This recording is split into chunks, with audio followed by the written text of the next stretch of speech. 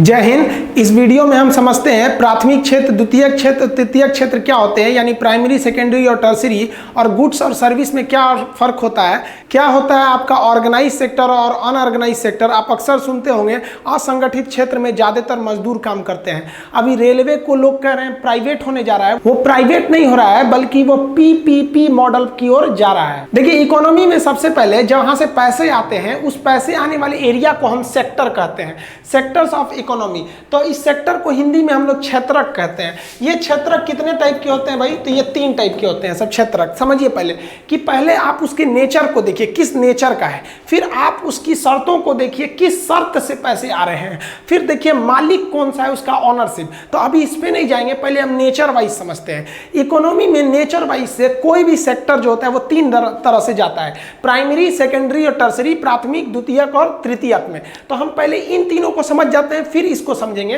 Primary sector किसे कहते हैं? प्राथमिक क्षेत्र उसे कहते हैं जो पूरी तरह से नेचर पर डिपेंड हो, प्रकृति पर निर्भर हो। आप प्रकृति के सिवा आप उसकी कल्पना भी नहीं कर सकते। जैसे खेती हो गया, ये पूरी तरह से आपका नेचर पर डिपेंड है। तो दुनिया का कोई भी चीज अगर नेचर पर डिपेंड हो गया, बिना प्रकृति की मदद से आप नहीं कर सकते हैं, तो उसे आप प्राथमिक क्षेत्र में डालते हैं। जैसे आप देखिए मुर्गी पालन, ये पूरी तरह से प्रकृति पर है। आपने कभी सुना है क्या एयरटेल की मुर्गी, रिलायंस की भैंस? कभी नहीं होती है, ये नेचर की होती है। तो जो चीज नेचुरल होती है उन्हें हम प्राथमिक कहते हैं। अब मुर्गी पालन में हम कभी पढ़ाएंगे कि 3 तरह से मुर्गी पालन होता है, जो केवल मीट के पर्पज से आती है। ये सफेद वाली सीबीएसई बोर्ड वाली मुर्गी, इसको हम लोग क्या कहते हैं? बॉयलर कहते हैं। जो अंडा देती है सब उसे लेयर फार्मिंग कहते हैं। और जो ये हिंदी मीडियम वाली मुर्गी पाली जाती है ना घर के पीछे, तो उसे बैकवर्ड फार्मिंग कहते हैं। तो ये क्या है? प्रकृति पर निर्भर है। तो ये सब प्राथमिक क्षेत्र में आएंगे। आपका जितना भी फॉरेस्टिंग होगा, बागान लगा देना, आम का बागान लगा देना, शीशम के पेड़ लगा देना, ताकि उसकी लकड़ियों को काटकर आप ब्याह शादी में पलंग वलंग बनवा सके, तो ये भी टोटल नेचर पर डिपेंड है। ये भी प्राथमिक क्षेत्र में आता है। आपका जितना भी एग्रीकल्चर, खेती होता है, ये पूरी तरह से प्रकृति पर निर्भर है। बारिश होगी तो अच्छी खेती होगी, बारिश नहीं तो खेती नहीं। पहाड़ पर खेती नहीं कर सकते हैं, हर जगह चाय नहीं होगा, हर जगह चावल नहीं होगा। तो ये टोटल का टोटल नेचर पर डिपेंड है। जैसे ये चाय पत्ती का बागान है, आप देखेंगे चाय पत्ती के बागान में महिलाओं को ही लगाया जाता है, पुरुषों को नहीं लगाया जाता है जानबूझ के। महिलाएं आराम आराम से नोचते रहती हैं, सब पत्तियां उसकी रखते रहती हैं सब इस तरह। पुरुष को लगा देंगे सजरा, दिन भर कहीं ना कहीं झगड़े कैले रहता है। और नोचते में उसको अगर याद आ गया झगड़ा के बाद गुस्सा में, तो कहेगा ना गला दबा देंगे वहां पे, गुस्सा में नोच देगा, पूरा खेत तो तू खड़ जाएगा। इसलिए पुरुष को चाय पत्ती में नहीं लगाते हैं लोग। आप माइनिंग देखिए, चाहे वो आयरन की माइनिंग हो, कॉपर का हो, या फिर आप कोयला का खनन देख लीजिए। जितना भी खनन माइनिंग होता है वो सब का सब प्राथमिक सेक्टर में आता है, क्योंकि नेचर पर डिपेंड है। आप बिहार में किसी चीज को खोद के निकालेंगे, यूपी में कहाँ ज्यादा कुछ माइनिंग की चीजें होती है, लेकिन वही झारखंड में चले जाइए बहुत ज्यादा माइनिंग होती है। तमिलनाडु, कर्नाटक, जो धारवाड़ का एरिया है दक्षिण भारत में, वहाँ माइनिंग अच्छी खासी हो जाती है।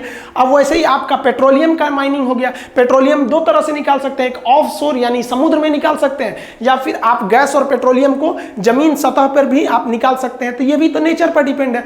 फिशिंग जो है, पीसी कल्चर, मछली उत्पादन, ये भी टोटल प्रकृति पर निर्भर है। तो ये भी क्या है? एक तरह का प्राथमिक क्षेत्र है। जितने भी तरह का पशुपालन होता है, जो एनिमल्स को पाला जाता है, डेयरी फार्म हो गया, आपका गाय, भैंस, ऊंट, जो भी भैंस पालिए, ये सब की सब नेचर पर डिपेंड होती है। तो इसे प्राथमिक क्षेत्र कहते हैं। इस तरह से आप पहला समझ गए कि प्राथमिक क्षेत्र क्या होता है।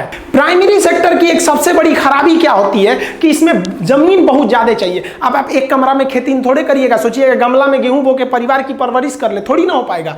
इसमें जमीन ज्यादा चाहिए, मजदूर ज्यादा चाहिए। पता चला 100 भैंस पालना है, एक आदमी पाल पाएगा क्या? उस भैंस के लिए भैंस बनना पड़ता है। इसमें जमीन और मजदूर यानी श्रमिक, लेबर, दोनों ज्यादा चाहिए। और सबसे खराब बात क्या है? इसमें प्रॉफिट बहुत कम होता है। आपका 1 बीघा में मान लीजिए खेत है, उसमें बहुत कम इनकम होगा। उतना ही बड़ा में फैक्ट्री खोल दीजिए, एक मॉल खोल दीजिए या कॉलेज खोल दीजिए, तो बहुत इनकम होगा। तो इसमें इनकम कम होता है। यही वजह है कि हिंदुस्तान की टोटल आबादी का 53% लोग प्राइमरी सेक्टर में लगे हुए हैं। लेकिन प्राइमरी सेक्टर से टोटल जीडीपी में जो इनकम होता है कंट्री को, वो टोटल इनकम का महज 17% होता है, 17%। इतना कम इनकम होता है इसमें। प्राइमरी सेक्टर के बाद अब आता है सेकेंडरी यानी द्वितीयक सेक्टर। द्वितीयक सेक्टर में हम कल कारखाने फैक्ट्री को रखते हैं। कहेगा इसमें कौन सा काम किया जाता है, तो या तो किसी चीज को नया तरह से निर्माण करिएगा, या कोई चीज बिगड़ गया है तो उसको दोबारा बनाइएगा, तो निर्माण या फिर विनिर्माण। जितने भी कारखाने वगैरह आते हैं वो सब सेकेंडरी सेक्टर में आते हैं, चाहे वो कारखाना बहुत बड़ा हो, रेलवे का कारखाना हो, या किसी ऑटोमोबाइल कार का कारखाना हो, या फिर आपका गैस रिफाइनरी जिसमें गैस को रिफाइन किया जाता है, पेट्रोलियम रिफाइनरी होती है, उसका कारखाना हो, स्टील का कारखाना हो, या छोटा सा आटा चक्की क्यों ना हो, जितने भी कारखाने हैं वो सब के सब सेकेंडरी सेक्टर में आते हैं। जैसे बिजली घर, वहां भी कोई चीज बनता है, तो जहां कोई भी चीज बन रहा होता है उसे हम सेकेंडरी सेक्टर कहते हैं। ये सेकेंडरी सेक्टर ये क्या करता है, प्राइमरी सेक्टर के चीज को ही दोबारा अच्छे से बनाता है। जैसे आप बताइए, यहाँ लोहा तो खनन करके निकाला गया होगा, माइनिंग करके, तो प्राइमरी सेक्टर का था, यहाँ उसे अच्छा शेप दिया जा रहा है तो सेकेंडरी हो गया। आप बताइए कार, ये भी तो लोहा वगैरह से ही बनती है। जैसे आप बताइए ना, ये गैस तो माइनिंग करके निकाले ना आप समुद्र से, अब उसको काम लायक बनाने के लिए आपको सेकेंडरी सेक्टर में लाना पड़ेगा। आप स्टील देखिए, बिजली घर भी देखिए, हम आपको बिजली घर वाला प्लांट बताए थे, डिस्क्रिप्शन में लिंक दे देंगे कि कैसे कोयला से बिजली बनाया जाता है। तो कोयला तो प्राथमिक सेक्टर था, लेकिन जब उसे पावर प्लांट में लाएंगे बिजली बनाने के लिए तो वो हो जाएगा सेकेंडरी सेक्टर। जैसे आटा चक्की है, तो गेहूं आपने खेत में उत्पादित किया तो प्राइमरी सेक्टर है, और उसको आप खाने योग्य बना देंगे, कैसे ऐसे गेहूं खा जाइएगा, तो उसको पीसिएगा ना, तो उसी को थोड़ा मॉडिफाई करने के लिए क्या लगता है, तो आटा चक्की। इसमें आप तेल भी पेर सकते हैं, सरसों का तेल वगैरह। तो जहां भी कोई चीज बन रहा होता है वो आता है सेकेंडरी सेक्टर में। जैसे मान लिया कि कहीं आलू हम बनाए तो वो तो प्राइमरी सेक्टर, लेकिन उस आलू को जिस कुकर में जहां किचन में उबाला जा रहा है वो सेकेंडरी सेक्टर हो जाएगा बेचने के लिए। अगर मान लीजिए बेचने के अपने पर्सनल यूज के लिए कर रहे हैं तो वो सेक्टर में नहीं आएगा, आप तो उपभोग करने लगे हैं। लेकिन बेचने के लिए उबाल के आप उसका कचालू चोखा ओखा बना के बेचिएगा तो सेकेंडरी में चला जाएगा। जहां भी आप किसी चीज का बनाना चालू कर दिए वो चला गया सेकेंडरी सेक्टर में। अब सेकेंडरी सेक्टर की भी एक खराबी क्या है, सेकेंडरी सेक्टर का जो बड़ा लेवल का चीज होता है उसमें बहुत पैसे लगते हैं। जैसे बिजली घर, जब बिजली घर पढ़ाए थे तो एक लड़का कह रहा है कि सर हमको पूरा बिजली घर समझ में आ गया कैसे बनता है, कितना खर्चा लगेगा, हम अपना पावर प्लांट बैठाना चाहते हैं। ये भाई साहब वो करोड़ों की चीज होती है, उसमें इतना छोटे मोटे पूंजी से नहीं होगा। तो सेकेंडरी सेक्टर में ना पैसा बहुत लगता है, ये हैवी इंडस्ट्रीज में चले आते हैं सब ये सब। तो आप प्राइमरी को समझे और ये भी देखें कि प्राइमरी से रिलेटेड होता है सेकेंडरी सेक्टर। अब ये दोनों से रिलेटेड होता है टर्सरी सेक्टर यानी तृतीयक क्षेत्र। तृतीयक क्षेत्र में पैसे की लेन देन होती है, पहली पहचान यहीं पे पैसे की लेन देन होगी, और ये केवल हेल्प करेगा प्राइमरी और सेकेंडरी सेक्टर को पब्लिक तक पहुंचाने के लिए। टर्सरी सेक्टर काफी ज्यादा इनकम होता है, इसको समझिए। देखिए जो टर्सरी यानी तृतीयक सेक्टर होता है वो हेल्प करने के काम में आता है। जैसे मान लीजिए किसी कंपनी को बिस्किट बनाना है तो बिस्किट गेहूं से बनेगा, तो गेहूं तो प्राथमिक सेक्टर से आएगा, और उसको फैक्ट्री में बनाया जाएगा तो सेकेंडरी सेक्टर में आ जाएगा। लेकिन फैक्ट्री शहरी एरिया में होती है और गेहूं देहात के एरिया में रहता है, तो गेहूं को लाइएगा कैसे, तो इसके लिए जरूरत पड़ती है टर्सरी सेक्टर की, जो हेल्प कर सके प्राइमरी सेक्टर को, ताकि वो आराम से सेकेंडरी सेक्टर में आके मैन्युफैक्चर हो सके। अब बिस्किट कारखाने वाले को गेहूं चाहिए तो एक हक बोरा गेहूं गांव से मंगाएगा, वो तो सीधे ट्रक से मंगाएगा। तो जितने भी परिवहन ट्रांसपोर्टेशन हो जाते हैं वो सब किस में आ जाते हैं, सब टर्सरी में। वो हेल्प कर रहे हैं सब एक जगह से दूसरे जगह पहुंचाने के लिए, चाहे वो हवाई जहाज हो जाए, रेल हो जाए, बस हो जाए, पानी वाली जहाज हो जाए, जितना भी ट्रांसपोर्टेशन का चीज है वो सब टर्सरी में जाएगा। अब इस ट्रक वाले को कह दिया जाएगा भैया तुम गेहूं लेके आओ, पता चला वो गांव में गया है गेहूं ले आने, 4 दिन से लौटा ही नहीं। अब इसका मालिक सोचेगा ससुरा कहाँ रह गया, तो फोन करेगा उसको, कहाँ है रे भाई, बताइए। फोन वाला भी, मोबाइल भी मदद किया कि नहीं। तो जितना भी टेलीकॉम कंपनी है, एयरटेल, जियो, रिलायंस वगैरह, सबका सब किस में जाएगा, तृतीयक सेक्टर में, क्योंकि ये हेल्प कर रहा है। फोन करके पता चला कि ससुरा ट्रकवा लड़ा दिया है कहीं, अब ससुरा लड़ा दिया, देखिए अपना थुथुर पूछ लिया है लड़ा के यहाँ पर, और ट्रक लड़ा लिया है, एक्सीडेंट हो गया। अब कौन आएगा, तो एम्बुलेंस आएगा। ये प्राथमिक सेक्टर की द्वितीयक सेक्टर ना, एम्बुलेंस खेत में से निकला है, अब भाई ये एम्बुलेंस बनते ये तो हेल्प करने के लिए आया है, तो एम्बुलेंस किस में आ गया, तृतीयक सेक्टर में। अब एम्बुलेंस तो इसको हॉस्पिटल ले जाएगा, अब लड़ाया है तो पुलिस केस बनेगा, तो पुलिस भी आ जाएगी। पुलिस किस में आ जाएगी, तो तृतीयक सेक्टर में, ये भी हेल्प के लिए आती है। अब इनको भाई साहब को हॉस्पिटल ले जाना पड़ेगा, डॉक्टर इनको क्या करेगा, कोई बना के थोड़ी देगा, इनकी हेल्प करेगा ताकि इनका तबीयत जल्दी से रिकवर हो सके। तो हॉस्पिटल भी किस में आ गया, तृतीयक सेक्टर में। हॉस्पिटल यहाँ बंद थोड़ी रहा है, तो बना बनाया है हॉस्पिटल है यहाँ पर, तो ये तृतीयक सेक्टर। लेकिन कह देता हॉस्पिटल की बिल्डिंग बनाना क्या हो गया, तो द्वितीयक सेक्टर। अब बन चुका है तब क्या है, तृतीयक सेक्टर। अब इन मरीज भाई साहब को हॉस्पिटल में दवाई लानी पड़ेगी, तो जो मेडिकल स्टोर है ये भी तो हेल्प कर रहा है, दवा बना थोड़ी रहा है, बना रहा होगा वो सेकेंडरी सेक्टर जहां कारखाना लगा था, लेकिन वहां से जब बिकने के लिए आ गया तो ये तृतीयक सेक्टर में चला आया। अब ये मेडिकल स्टोर पे आ गए, यहां पता चला कि भाई साहब इसको तो दवा के लिए पैसा भी चाहिए, पैसा कहां से आएगा, तो पैसा के लिए एटीएम है, धक्का-धक लगाइए निकालिए। अब ये एटीएम भी कितने सेक्टर में, तृतीयक सेक्टर में। अब ये एटीएम में पैसा आता कहां से है, तो आप अपने बैंक अकाउंट में भरते हैं तभी ना एटीएम में आता है, तो बैंक भी किस में आ गया, तृतीयक सेक्टर में चला आया। अब चाहे वो प्राइवेट बैंक हो या सरकारी बैंक हो, सारा का सारा तृतीयक सेक्टर में आ गया।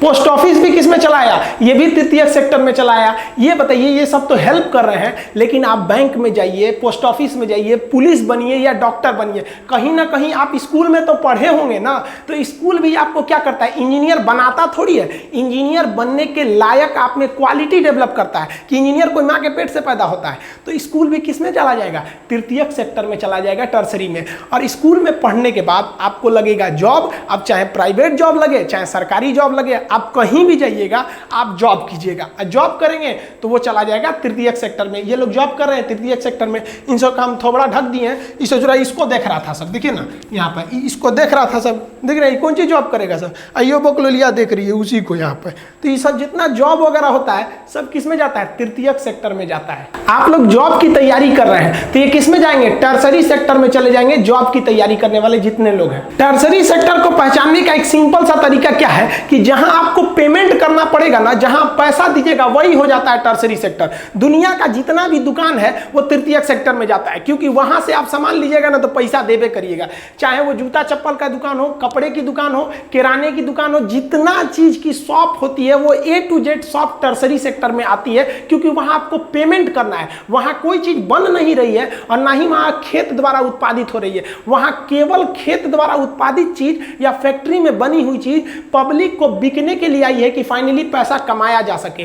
तो प्राथमिक सेक्टर में उत्पादन किया जाता है, सेकेंडरी सेक्टर में उससे और अच्छा से मैन्युफैक्चरिंग किया जाता है, और टर्सरी सेक्टर में उससे फाइनली पैसा कमाने के लिए मार्केट में उतारा जाता है। तो जितनी दुकानें देख रहे हैं वो सारी की सारी दुकानें तृतीयक सेक्टर की हैं। टर्सरी सेक्टर में तो सबसे जरूरी चीज होती है मनी, यहीं से आपको पैसा मिलने वाला है। अब ये तृतीयक सेक्टर दो भागों में बंट जाता है, एक बढ़ता है गुड्स और एक बढ़ता है सर्विस। यानी अगर आप किसी को पैसे दीजिएगा तो वो या तो आपको गुड्स मतलब क्या होता है, सामान देगा, कोई ना कोई सामान दे देगा, और नहीं तो आपको कोई ना कोई वो आपको सेवा दे देगा। जैसे हम किसी दुकान पे गए, कपड़े की दुकान पे, हम 500 रुपए दिए, हमको एक तो कपड़े दे देगा। अब मान लीजिए हम चीनी के दुकान पे गए या फिर आटा चावल जो खरीदना है, तो अगर हमने पैसा दिया और उसने बदले में कोई सामान दे दिया तो हम उसे कहते हैं कि ये गुड्स की दुकान है। और पैसा दिए और कोई सामाने नहीं दिया तो हम उसे कहते हैं कि ये सर्विस यानी सेवा की दुकान है। जैसे सैलून में गए, हम उसको पैसा दिए, लो भैया 50 रुपया, हमारा बाल काट दिया, ससुरा सामान दिया, कौन सी और हमारा सामान काट के गिरा दिया, तो वो क्या है, सर्विस किया। हम किसी टेलर को दिए 2 मीटर कपड़ा, भैया शर्ट सिल दीजिएगा, और कपड़वा को काट कूट के सिल के दे दिया, चिरकुट उरकुट अपने रख लिया वहां पर। तो ये क्या है, हमको कुछ दिया नहीं दिया। आप हमको मेरे पास आते हैं पढ़ने के लिए, फीस देते हैं, बदले में हम आपको कोई सामान देते हैं, कुछ नहीं देते हैं, कहते हैं क्लास में बैठ जाइएगा, और सीधे माइंड में जाता है। तो क्लासरूम क्या है, सेवा हो रहा है, ये एक तरह का सेवा है। आप डॉक्टर के पास जाते हैं, पैसा देते हैं, बदले में वो आपको कुछ नहीं देता है, वो आपको प्लास्टर उस्तर साट दिया, बाद में आप इसको फेंक दीजिएगा, वो आपकी क्या कर दिया है, सेवा कर दिया है। वकील के पास जाते हैं केस लड़ने के लिए, वो आपको क्या है, पैसा देते हैं, लेकिन वो आपको कोई सामान नहीं देता है, वो सर्विस देता है, आपके बदले केस लड़ देता है। जैसे आप ट्रेन में गए, टिकट कटाए, उसको पैसा दिए, वो भले आपको थोड़ी ना कोई सामान देगा, कहेगा ट्रेन में बैठिए हम आपको दिल्ली छोड़ देते हैं। तो केवल आपके काम को आसान कर देना हम सर्विस कहते हैं, सेवा कहलाता है। आप जब नौकरी करने जाते हैं तो नौकरी किस में आता है, तृतीयक सेक्टर यानी टर्सरी में आता है। और नौकरी के बदले आपको अगर मान लीजिए कहीं जॉब हो गया, रेलवे में, आर्मी में या कहीं भी, तो आप सामान थोड़े ना बेचिएगा, आप लोगों की सेवा कीजिएगा। लोको पायलट हो गए तो ट्रेन को एक जगह से दूसरे लगे जाइएगा कि एक ट्रेन से 2 ट्रेन बना दीजिएगा वहां पर। तो सर्विस उसे कहते हैं जिसमें वह टर्सरी सेक्टर जिसमें पैसे के बदले कोई सामान ना दिया जाए बल्कि उल्टा उसकी सेवा कर दी जाए, उसे हम क्या कहते हैं, सर्विस सेक्टर के नाम से जानते हैं। तो इकोनॉमी के हिसाब से दुनिया की कोई भी चीज है, या तो वो गुड्स है यानी कोई ना कोई सामान है, या तो फिर वो कोई ना कोई सर्विस है। यानी दुनिया में इकोनॉमी के हिसाब से तीसरी कोई चीज नहीं है। इसीलिए सरकार ने इस गुड्स और इस सर्विस पर ही एक टैक्स ठोक दिया जिसे कहा गया goods and service tax, GST. ये जीएसटी से शुरुआत हिंदुस्तान में किसी को भी अपनी पत्नी का दिमाग और जीएसटी आज तक समझे में नहीं आया। खैर इसको हम आपको समझा देंगे। जीएसटी पत्नी का दिमाग हमको भी अभी एक्सपीरियंस नहीं है, कुछ दिन में हो जाएगा, हमको भी शादी होने वाली है तो हम वो भी समझा देंगे आपको। गुड्स और सर्विस में आपको अंतर समझ में आ गया। यानी पैसे के बदले हमें सामान मिल गया तो वो गुड्स हो गया, और पैसे के बदले हमें सेवा मिल गया तो वो सर्विस हो गया। तो ये टर्सरी सेक्टर में आते हैं सब। अब आप कहेंगे कि सर पुलिस स्टेशन आप बता रहे हैं कि टर्सरी सेक्टर में आता है, और पुलिस स्टेशन क्या है, बिना पैसे वो सेवा करते हैं। तो देखिए गवर्नमेंट उनको पैसे देती है, और आपको कौन कह दिया थाना में पैसे नहीं लगते हैं। देखिए आप कभी कोई क्राइम कीजिएगा ना तो पुलिस कहेगी हाँ हाँ यही किया था, यही किया था, और जैसे पैसा दे दीजिएगा तो कहेगी ना ना ना ना नहीं किया था, तो पहले था अब पैसा देने के बाद ना, इसी को मिला देते हैं तो बनता है थाना, पुलिस स्टेशन। और इसमें बैठा रहता है दरोगा, द चाहे रोवो चाहे गावो लेकिन द, रोगा के द लेकिन द, उसी को कहते हैं दरोगा।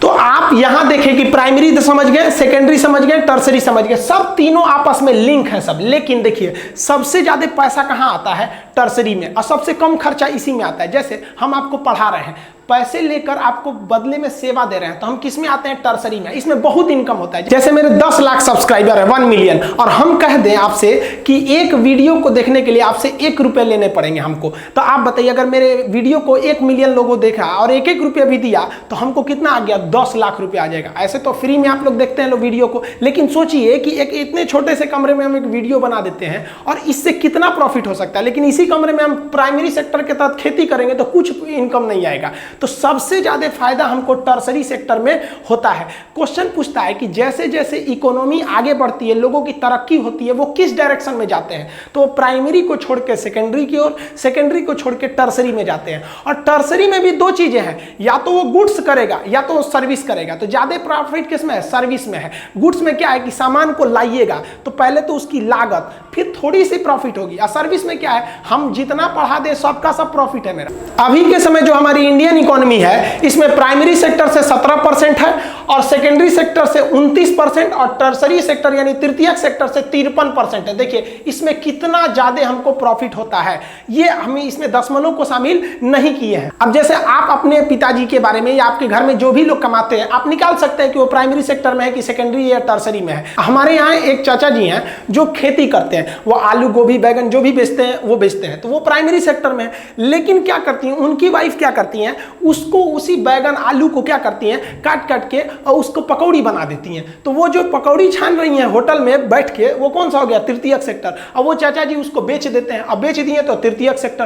तो वो भाई साहब एक ही आदमी है, तीनों काम कर रहे हैं। हाँ, अब वो किस जगह पे है उस हिसाब से आप डिसाइड कीजिएगा कि वो कौन सा सेक्टर है। जैसे एक क्वेश्चन आया था पेट्रोल क्या है, तो देखिए जब पेट्रोलियम को निकाला जाता है तो उसे कहते हैं प्राइमरी सेक्टर। लेकिन उस पेट्रोलियम में कचरा ज्यादा रहता है तो उसे ऑयल रिफाइनरी में भेजते हैं, तो वहां हो गया वो सेकेंडरी सेक्टर। अब वो रिफाइन हो गया तो अब आप पैसा लेने के लिए प्राइमरी सेक्टर में थोड़ी आएंगे, जहां से पेट्रोल निकल रहा है कहिएगा 2 लीटर दे दीजिए, देगा। ऑयल रिफाइनरी में छना रहा है वहां जाके गैलन लेके पहुंच जाइए, मोटरसाइकिल डाल दीजिए 500 का, थोड़े देगा।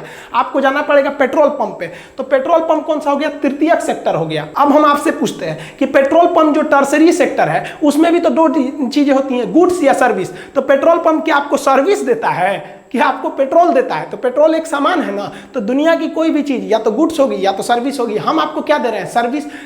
हजाम क्या करता है, सर्विस देता है। आपको बाल जोड़ता थोड़े है, आपको और सुंदर बना देता है। अब बात करते हैं, ये तो हम नेचर के हिसाब से देख लीजिए। अब हम समझते हैं कंडीशन क्या है, काम की कंडीशन क्या है। तो कंडीशन में 3 चीजों को शामिल किया जाता है कि सैलरी कितनी है, छुट्टी कितनी है और टाइमिंग कैसी है। अगर सैलरी फिक्स है, छुट्टी फिक्स है कि आपको साल में इतनी छुट्टी मिलेगी, और टाइमिंग फिक्स है ड्यूटी का, तो उसे हम कहते हैं ऑर्गेनाइज सेक्टर। जैसे रेलवे में अगर कोई जॉब कर रहा है तो उसकी छुट्टी फिक्स है कि साल में इतनी छुट्टी मिलेगी, हाँ बीमार पड़ गए तो अलग बैठता है। सैलरी फिक्स है और टाइमिंग फिक्स है कि भैया आपको इतने बजे ड्यूटी आना है। पता चला ट्रेन लगी है 10 बजे, आप जा रहे हैं 11 बजे, 1 घंटा चल तो ट्रेन में भगा देगा आपको, क्योंकि वो क्या है, ऑर्गेनाइज सेक्टर।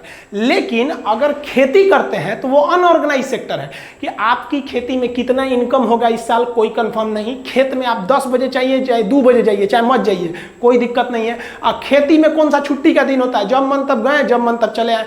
तो कोई भी जॉब इस हिसाब से आप देखेंगे तो आप देखिए कि आप किधर बैठते हैं, और उसी जॉब को आप यहां देखिए। जैसे कोई रेलवे में जॉब कर रहा है तो इधर से देखेंगे तो वो सेवा सेक्टर में, और इधर से देखेंगे तो वो ऑर्गेनाइज सेक्टर में।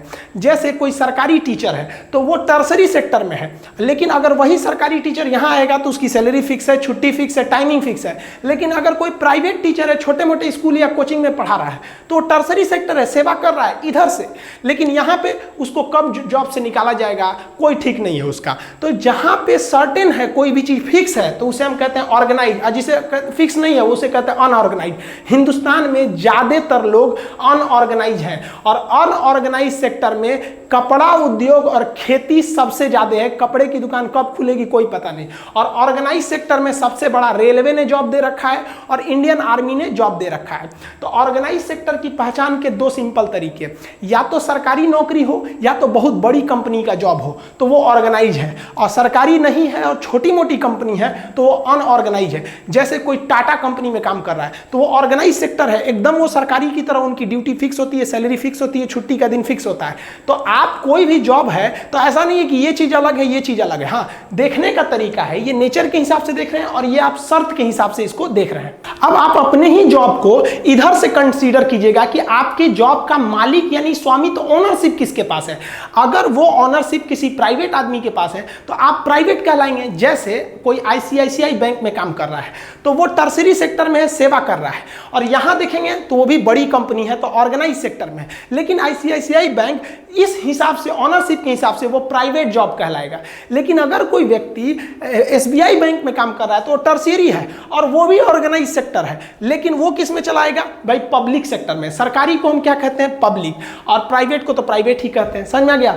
जैसे आप हमारे बारे में सोचिए, हम टीचर हैं, हम क्या है, टर्शियरी सेक्टर में, लेकिन यहां बताइए ऑर्गेनाइज है कि अनऑर्गेनाइज है। अनऑर्गेनाइज है। हम कब आएंगे लाइव, कब नहीं आएंगे, किस दिन वीडियो आएगा, किस दिन अटक जाएगा, कोई कंफर्म नहीं है, लेकिन कोशिश रहती है कि पर डे 1 वीडियो से 2 वीडियो आपको दे। और यहां देखेंगे हमारा मालिक, कोई सरकार का हमारे ऊपर कोई बोझ नहीं है, हम प्राइवेट हैं, एकदम पूरी तरह से स्वतंत्र है। तो हर एक व्यक्ति इन तीनों नेचर के हिसाब से अलग अलग जाएगा। आप अपने पिताजी के बारे में देखिए या अपने घर में जो कमाता है उसका सेक्टर देखिए कि वो इन तीनों में कहां जा रहा है। सब में देखिए कि स्वभाव से कहां जाएगा, शर्त से कहां जाएगा, स्वामित्व से कहां जाएगा।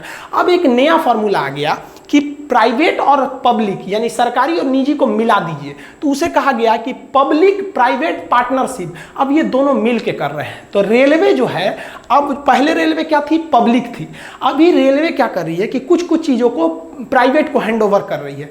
तो वो क्या है, पब्लिक है लेकिन उसी में प्राइवेट को भी बुला रही है। तो पब्लिक प्राइवेट पार्टनरशिप, उसी को कहते हैं पीपीपी। रेलवे प्राइवेट होने नहीं जा रहा है, वो पीपीपी होने जा रहा है। रेलवे के मुद्दे पे कभी और चर्चा करेंगे। और एक पीपीपी अलग होता है, परचेजिंग पावर पैरिटी, वो जीडीपी के सेंस में होता है, उसको हम कभी और बताएंगे।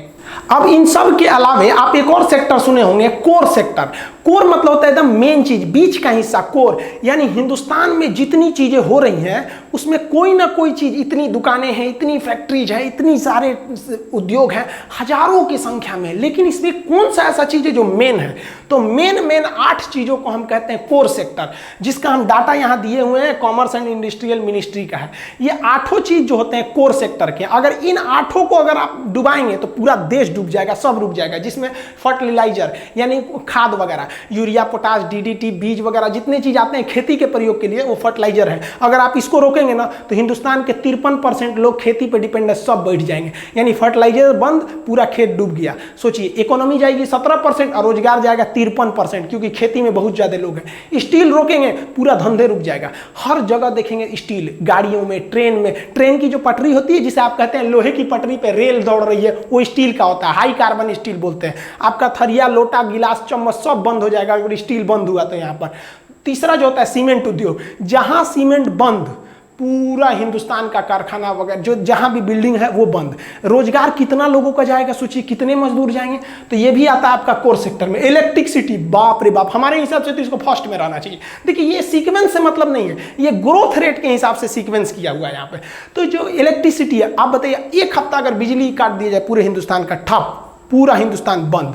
तो ये भी कोर सेक्टर में आता है। नेचुरल गैस, गैस सिलेंडर, सबका खाना वाना गैस पे बनता है। दिल्ली, लखनऊ, बड़े बड़े शहरों में गैस पे गाड़ियां चलती हैं, तो ये भी कोर सेक्टर में आता है। क्रूड ऑयल, पेट्रोलियम, डीजल, ये भी क्या है, कोर सेक्टर है। पूरा ट्रेन, डीजल से ही तो ट्रेन, बाइक वगैरह, पेट्रोल वगैरह से ही तो चलती है। अब आता है रिफाइनरी प्रोडक्ट, यानी जो क्रूड ऑयल को छाना गया तो इसमें से भी कुछ रिफाइनरी प्रोडक्ट आता है। जैसे आपका आता है केरोसिन तेल, हवाई जहाज का फ्यूल, आपका जेल आता है, पेट्रोलियम ऑयल आता है, वैसलीन आता है, क्रीम आता है, ये सब ऑयल रिफाइनरी प्रोडक्ट्स से आते हैं सब। और कोयला बहुत जरूरी है। हिंदुस्तान में जितना होटल देख लीजिएगा, सारे होटल में खाना कोयला से बन रहा है। बिजली का हम लोग का आधे से ज्यादा बिजली कोयला यानी एनटीपीसी, थर्मल पावर प्लांट से ही बनाया जाता है, जो कोल उद्योग है। दुर्भाग्यवश जितने भी इंडस्ट्रीज हैं, आप ग्राफ में देखिएगा, ये हमारा कोर सेक्टर डूब रहा है। मोदी जी इसको संभालिए। आप इंडस्ट्रीज आप खुद अपने अंदर में ले लीजिए ये सारी चीजों को, कम से कम। काय के लिए आपसे लोग डरते हैं, बाकी किसी से नहीं डरते हैं। तो इसको संभालिए। देखिए पूरा गिर रहा है, और इसमें देखिए केवल एक सेक्टर अच्छा कर रहा है, फर्टिलाइजेशन, इसलिए उसको ग्रीन जोन में रखा है, बाकी सब माइनस में जा रहे हैं। और कोयला उद्योग का तो चौपट कर दिया, -20% ले गया। ओवरऑल कोर सेक्टर -5.2 जा रहा है। ये हाल हो गया है देश का। अब देश के लोगों को पते नहीं रहता है तो क्या करेंगे लोग। हम लोग चुनाव में तो बड़ छोट दान समझ के वोट डालते हैं। आई होप आप ये सब समझ गए होंगे। इसके अलावा आप देखेंगे तो जीडीपी तो लोगों को समझे में नहीं आता है। जीडीपी 3 टाइप की होती है, नॉमिनल जीडीपी, रियल जीडीपी और परचेजिंग पावर पैरिटी के हिसाब से जीडीपी। अरे भाई जीडीपी तो जल्दी समझे में नहीं आता है। अब ये जीडीपी से बनता है एनडीपी, जीएनपी, एनएनपी। अब ये सब क्या होते हैं ये भी आपको हम समझा देंगे। एक्चुअली इकोनॉमी बहुत इजी होता है। आप किसी भी पढ़ाई को इंटरटेनमेंट की तरह पढ़ेंगे तो बहुत इजी हो जाएगा। अब वो जब पढ़ाई के समान समझेंगे तो फिर तो पढ़ना बड़ी मुश्किल हो जाएगा। मिलेंगे नेक्स्ट वीडियो में जिसमें इस सब की चर्चा कर देंगे। तब तक के लिए जय हिंद।